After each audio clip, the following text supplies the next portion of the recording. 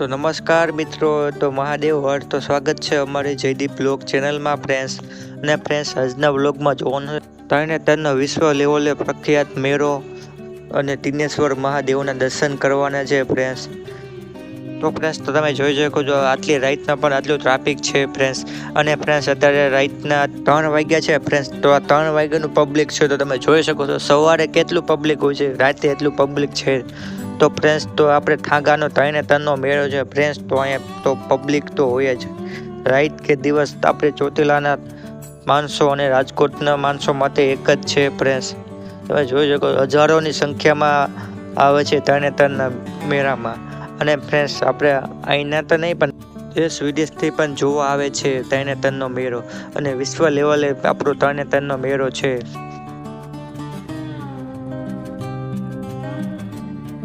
तो फ्रेंड्स ચોટીલા નજીક તરણેતર ગામમાં આવે ભરાય છે તરણેતરનો મેળો।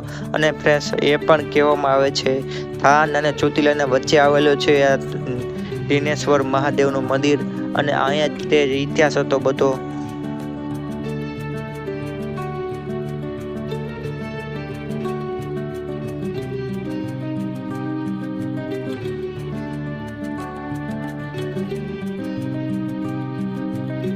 फ्रेंड्स तो હવે આપણે દર્શન કરવાના છે તિનેશ્વર મહાદેવ। તો ફ્રેન્ડ્સ તો આ છે પ્રાચીન ખૂબ જ ઐતિહાસિક મંદિર તિનેશ્વર મહાદેવ। તો અહીંયા શ્રી પાંડવ અર્જુને માછલીને તીર માર્યું હતું। અને ફ્રેન્ડ્સ એ પણ ઇતિહાસ છે શિવ મહાદેવને શિવલિંગ પર હજારો કમળ વિષ્ણુ ભગવાને ચડાવ્યું હતું। તરણેતર મહાદેવનો ઇતિહાસ એ છે કે ભગવાન વિષ્ણુએ શિવજીને પ્રસન્ન કરવા અહીંયા તપસ્યા કરી હતી। અને તેઓએ 1001 કમળ ચડાવવાના હતા।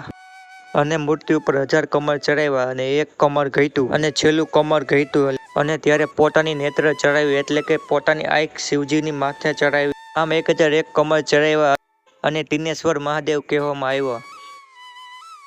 અને મિત્રો આ મંદિરની એ પણ વાત જોડાયેલી છે તે મહાભારત કાળની છે। તે સમયે દ્રુપદ નગરી પાંચાળમાં હતી। મહાભારતની કથા અનુસાર દ્રૌપદની પુત્રી દ્રૌપદીની સ્વયંવર તરણેતરમાં જ યોજાયો હતો।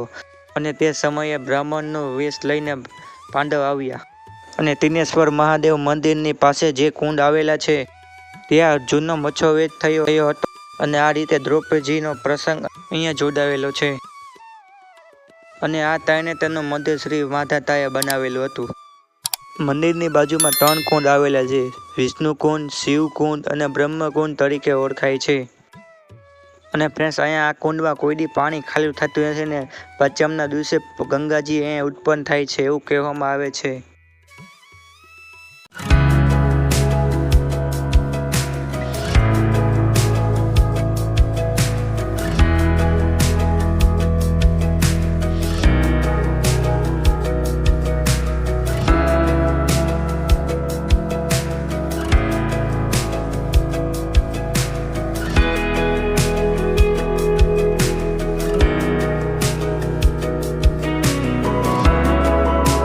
અને દોસ્તો ગુજરાતનો સૌથી મોટો મેળો એટલે તરણેતરનો મેળો।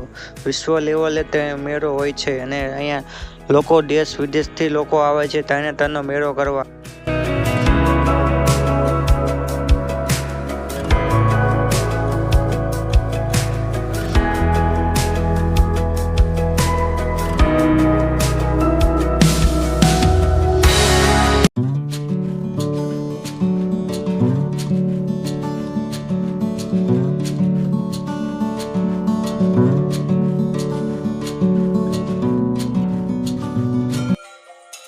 तो फ्रेंड्स તમે પણ દર્શન કરો આવા ઐતિહાસિક તિનેશ્વર મહાદેવના। તો જય હો સ્વયં શંભુ મહાદેવ और तो જય તિનેશ્વર મહાદેવ। અને દોસ્તો અહીંયા ભજનનો કાર્યક્રમ ચાલુ હતો તો ચાલો આપણે જઈએ થોડાક અંદર આશ્રમમાં।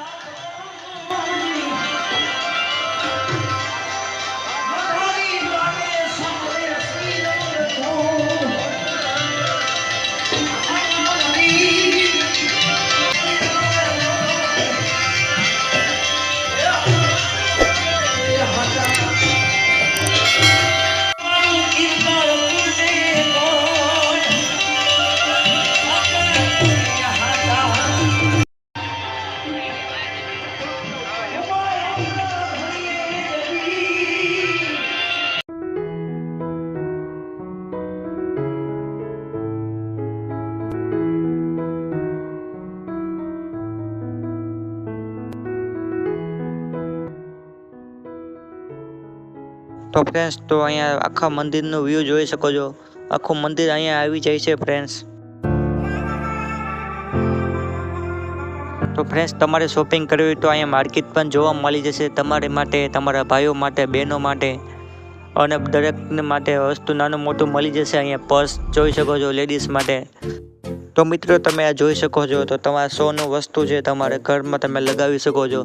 સાવજ, શરણ એ રીતનું દરેક નાના મોટું વસ્તુ મળી જાય છે અહીંયા. વ્યૂ મતલબ ગજબ વ્યૂ છે ફ્રેન્ડ્સ. ત્રણે ત્રણને મેળો એટલે મોજે દરિયા હો ભાઈ.